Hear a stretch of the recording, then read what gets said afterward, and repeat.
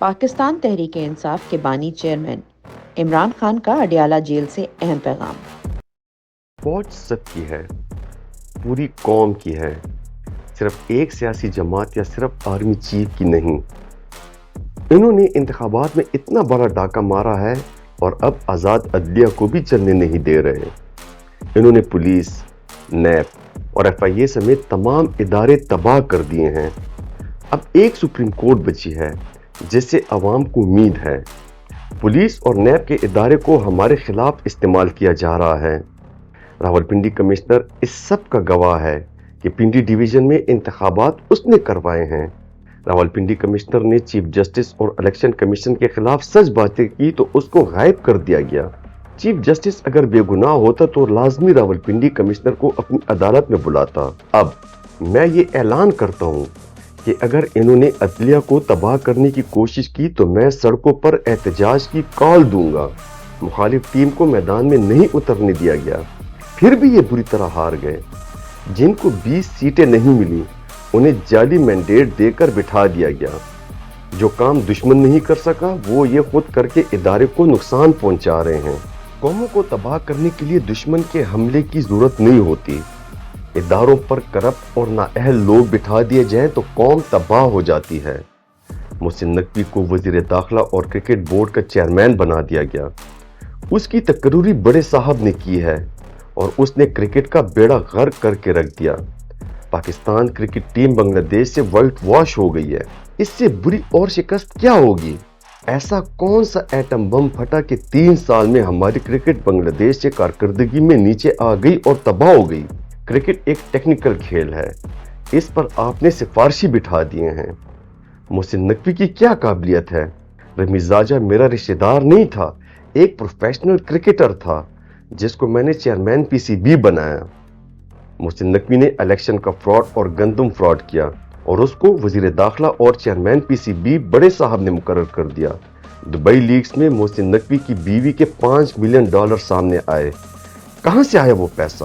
2.5 ماہ سے قاضی فائز عیسیٰ NAB ترامیم case کا محفوظ فیصلہ نہیں سنا رہے۔ وہ اس لیے کہ وہ چاہتے ہیں کہ القادر یونیورسٹی بنانے کے مذاکرہ خیز کیس میں سزا ہونے کے بعد نیب ترامیم کیس کا فیصلہ سنایا جائے گا۔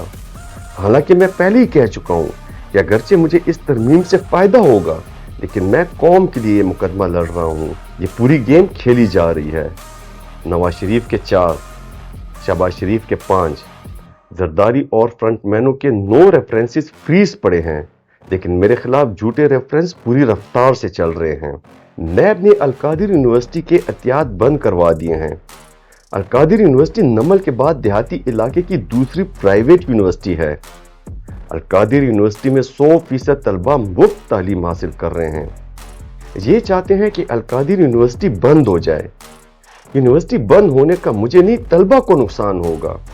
برصغیر میں تعلیم میں ہم پہلے ہی سب سے پیچھے رہ گئے ہیں۔ شوکت خانم بھی اگر بند ہوتا ہے تو لوگوں کو 10 گنا مہنگا کینسر علاج کروانا پڑے گا۔ میں ایک دن بھی جیل کے ہسپتال میں نہیں رہا۔ نواز شریف، شہباز شریف اور آصف علی زرداری کو ایئر کنڈیشن کمرے اور اٹیچ باتھ دیے گئے تھے۔ قیدی میرے لیے کھانا بناتا ہے، میں نے کبھی کوئی شکایت نہیں کی۔ ایک ہفتے میں صرف 3 لوگوں کو مجھ سے ملنے کی اجازت دی جاتی ہے۔ نواز شریف جیل میں 40 لوگوں کو ملتا تھا، اس کے لیے اوپن ہاؤس ہوتا تھا۔ نواز شریف صحافیوں سے بھی اپنے کمرے میں بیٹھ کر باتیں کرتا تھا۔ میں 6 پارٹی لیڈران کے نام بیچتا ہوں اور ہفتے میں مجھے 30 منٹ کے لیے اپنی پارٹی کے صرف 3 لیڈران سے ملاقات کی اجازت دی جاتی ہے۔ میرے اتنے زیادہ کیس ہیں لیکن مجھے صرف 6 وکلاء سے ملنے دیا جاتا ہے۔ مجھے قید تنہائی میں رکھا گیا ہے۔ دن کے 21 گھنٹے اپنے سیل میں ہی گزارتا ہوں۔ گرمی کی وجہ سے سیل اوون بن جاتا ہے، مگر کبھی شکایت نہیں کی اور نہ کبھی کہا کہ میں مشکل میں ہوں۔ مجھے نہانے کے لیے بھی دوسرے کمرے میں جانا پڑتا ہے۔